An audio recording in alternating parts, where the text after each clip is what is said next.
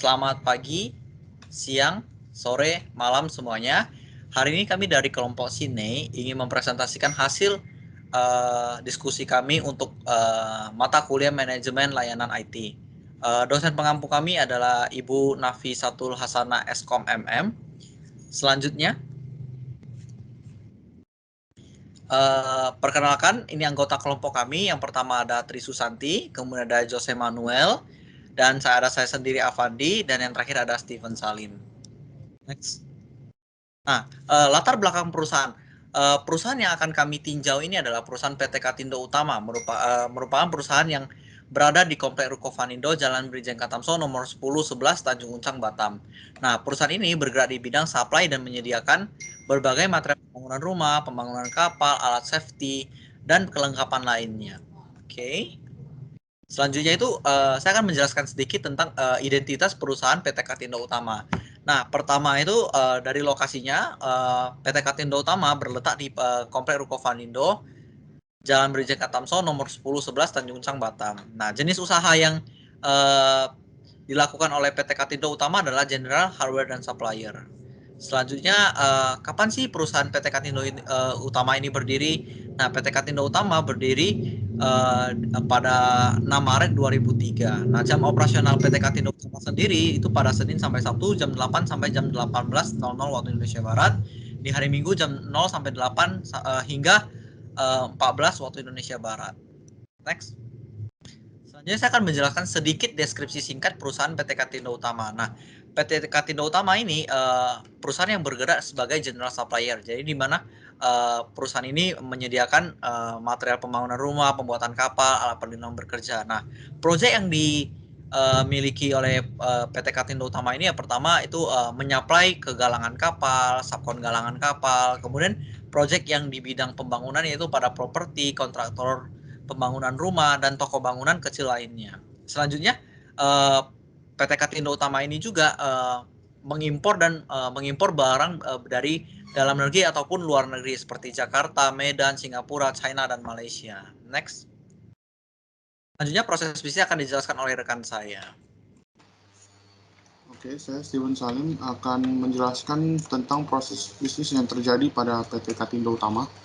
Oke, jadi pada PT Katindo Utama ini proses bisnis utamanya yaitu digolongkan dalam 3 jenis, yaitu penjualan customer cash, penjualan customer payment, dan juga pembelian barang dari supplier. Yang pertama, penjualan dari customer cash. Jadi pada proses ini proses bisnis yang terjadi adalah pelanggan itu mendatangi toko secara onsite, kemudian calon pelanggan akan melihat katalog produk, dan ketika menemukan produk yang cocok akan langsung membuat order, dan pihak marketing akan langsung membuat invoice kepada customer. Kemudian langsung akan terjadi transaksi. Kemudian yang kedua yaitu ada penjualan customer payment. Jadi pada proses ini calon pelanggan akan mengirimkan RFQ atau request for quotation kepada PT Katindo Utama, dan jika PT Katindo Utama menyediakan produk yang dibutuhkan, maka akan langsung dikirimkan penawaran atau bisa disebut quotation. Jika produk yang ditawarkan sesuai dengan kebutuhan calon pelanggan, maka akan langsung dilakukan PO atau purchase order dari pelanggan dan akan memproses DO atau delivery order, dan akan memberikan invoice kepada calon pelanggan tersebut. Kemudian yang terakhir ada proses pembelian barang, yaitu PT Katindo Utama purchasing akan mengirimkan RFQ kepada supplier yang kemudian akan langsung didiskusikan. Jika produk yang ada disediakan, kemudian ada stok, langsung akan dilakukan purchasing dan langsung dilaksanakan transaksi. Next.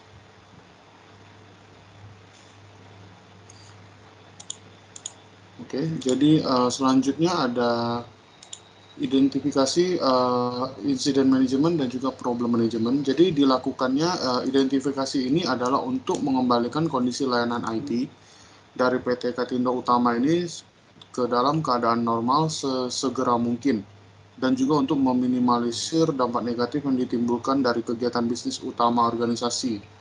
Jadi ada beberapa temuan yang kami identifikasi dari problem dan juga insiden di PT Katindo Utama.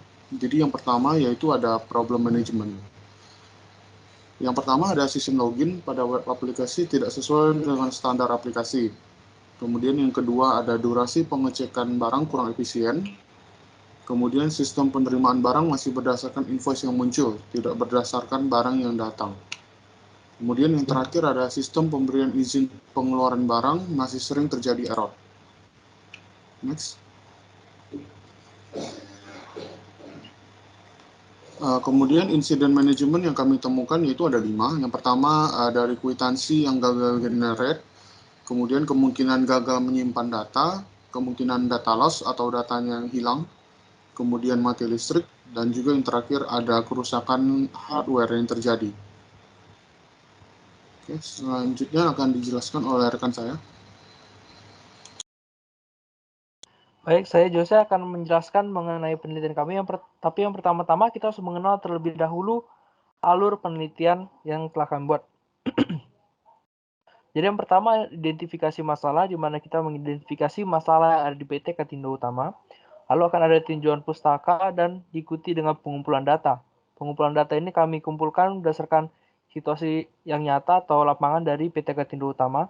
Lalu akan diikuti dengan pengolahan data dan juga analisa data dan tentang hasil dan pembahasannya akan kami bahas dan kemudian akan kami susun rekomendasi yang kami berikan untuk PT Katindo Utama. Kami juga akan menyediakan kesimpulan dan saran. Oke, next.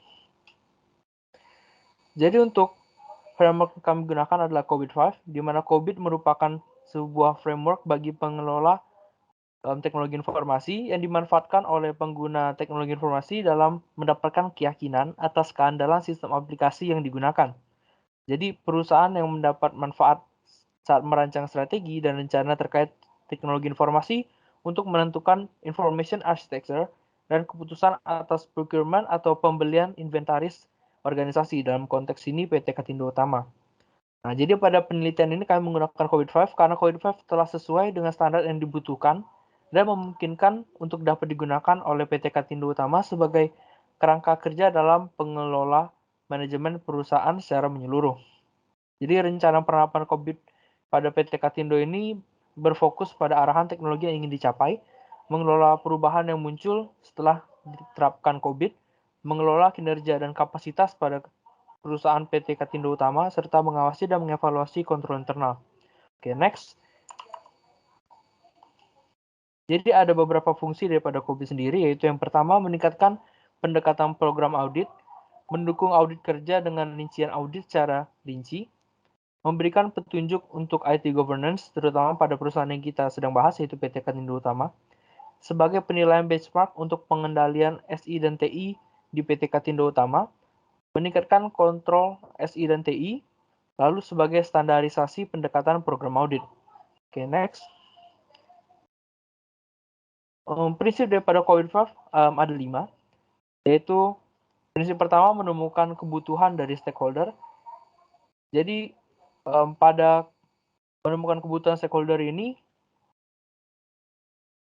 terdapat tujuan terkait IT yang akan dicapai, yaitu membuat sarana penyebaran informasi yang lebih mudah dan juga mempermudah pelanggan dalam pemilihan produk sehingga proses bisnis menjadi lebih efektif dan efisien. Dan ini didapatkan berdasarkan hasil dengan stakeholder atas kebutuhan mereka.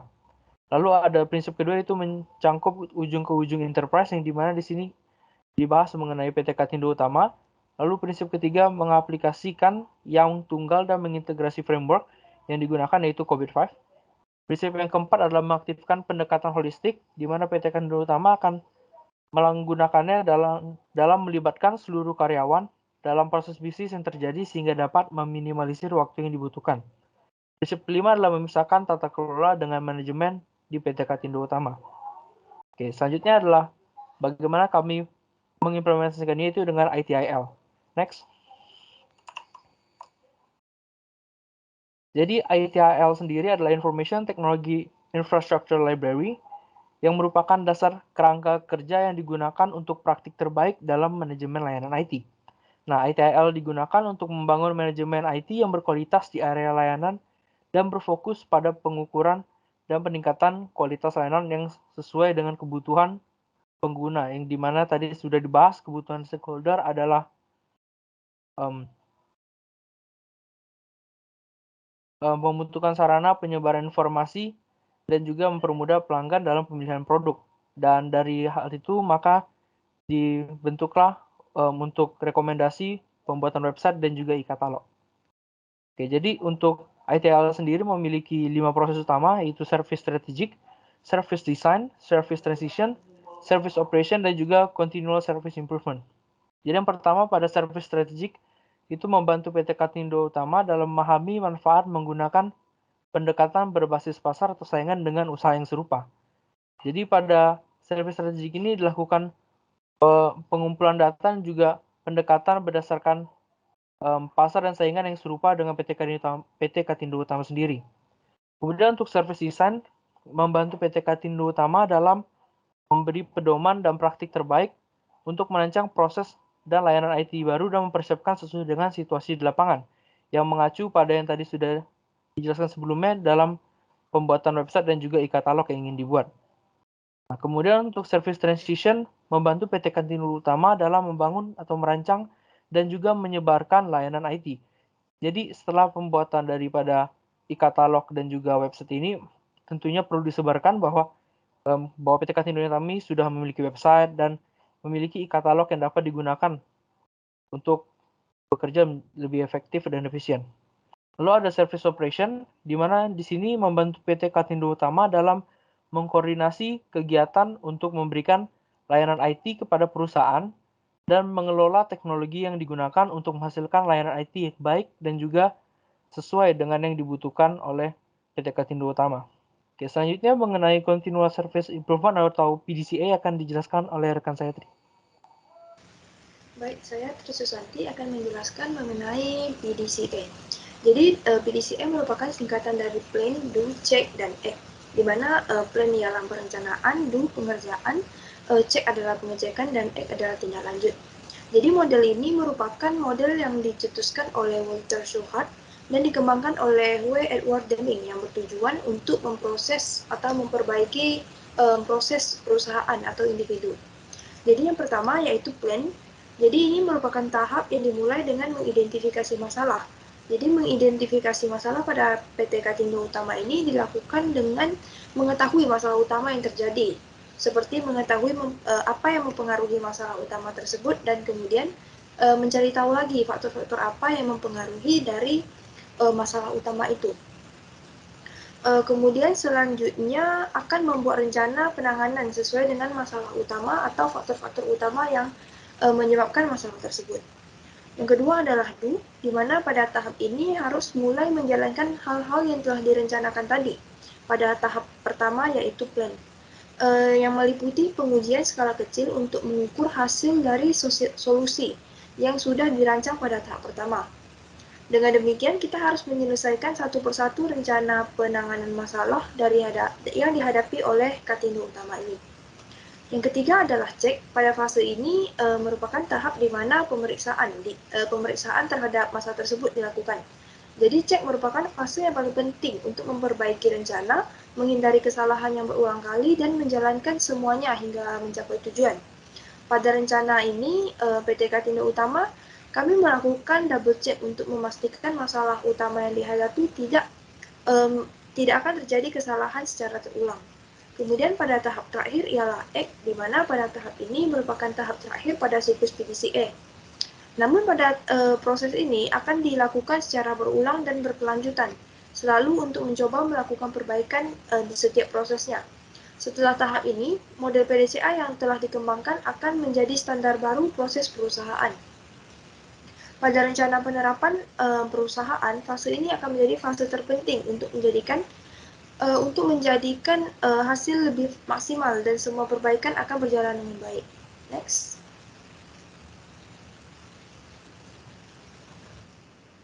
Kemudian lanjut ke ISO 27001, di mana ISO ini merupakan suatu standar manajemen keamanan yang diterbitkan pada Oktober 2005 oleh ISO dan IEC. ISO atau International Organization of Standardization 27001-2005 ini bertujuan untuk membantu membangun, mengembangkan, mempertahankan, dan meningkatkan efektivitas manajemen sistem informasi pada sebuah perusahaan. Pada perusahaan yang telah memiliki sertifikat ISO, stakeholder perusahaan akan merasa nyaman dan melaksanakan prosedur kerja sesuai dengan apa yang telah ditentukan. Kemudian ISO ini diperkenalkan pertama kali pada 2005 tadi, kemudian dilanjutkan oleh ISO 27001-2013 yang diperkenalkan pertama kali pada September hingga Oktober 2013 oleh lembaga yang sama, yaitu ISO. Jadi ISO 2013 ini resmi mengganti penggunaan ISO 2005 yang lalu yang telah diperkenalkan sebelumnya dengan tujuan meningkatkan keselarasan standar pengukuran dengan versi lama. ISO ini merupakan sebuah dokumen standar sistem manajemen keamanan informasi untuk memberikan gambaran secara umum mengenai apa yang harus dilakukan oleh perusahaan untuk mengimplementasi konsep keamanan informasi. Kemudian saya akan membahas klausul pada ISO 27001-2013 ini. Jadi pada PT Katindo Utama ini menggunakan 4 jenis klausul, di mana totalnya terdapat 14. Jadi klausul yang digunakan ialah yang pertama klausul nomor 7, yaitu Human Resource Security, klausul nomor 8 Asset Management, klausul 9 Access Control, dan yang terakhir klausul 14, yaitu System Acquisition, Development, and Maintenance. Jadi pada klausul pertama ini diberikan checklist audit yang dimana akan membahas mengenai apa yang dilakukan sebelum perekrutan karyawan, sebelum bekerja. Jadi di sini akan dilakukan checklist mengenai roles dan juga responsibilities dari karyawan itu sendiri sebelum melakukan pekerjaan. Kemudian dilanjutkan during employment atau selama proses pekerjaan. Jadi di sini akan dijelaskan mengenai atau ditanyakan mengenai management responsibilities dan juga information security awareness. Selanjutnya akan dilanjutkan dengan setelah employment, di mana akan ditanyakan mengenai return of asset dan juga removal of access right. Selanjutnya adalah asset management.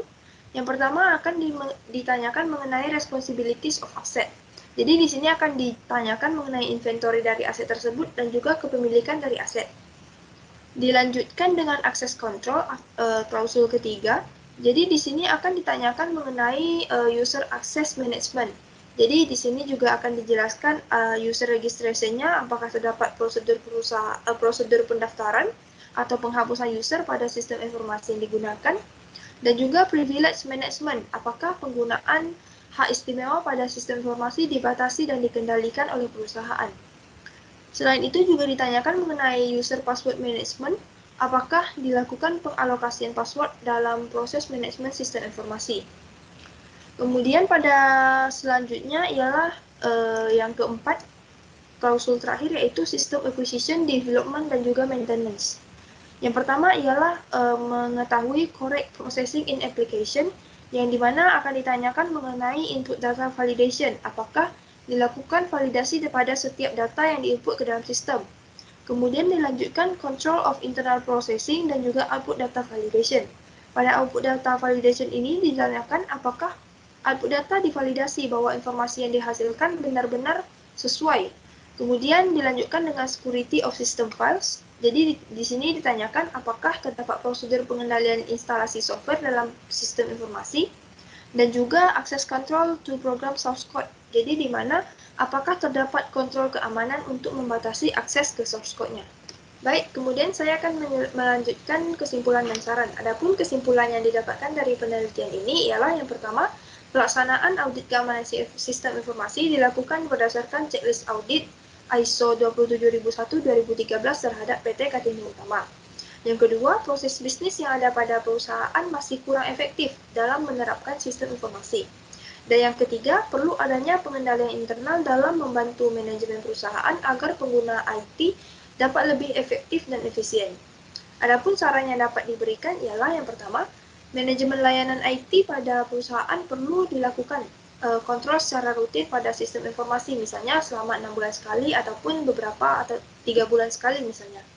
Yang kemudian saran yang kedua ialah perlu adanya tinjauan lebih lanjut untuk proses bisnis agar lebih efektif dalam menjalankan proses bisnisnya. Baik, Sekian presentasi dari kami. Jika terdapat kesalahan, mohon maaf. Selamat malam.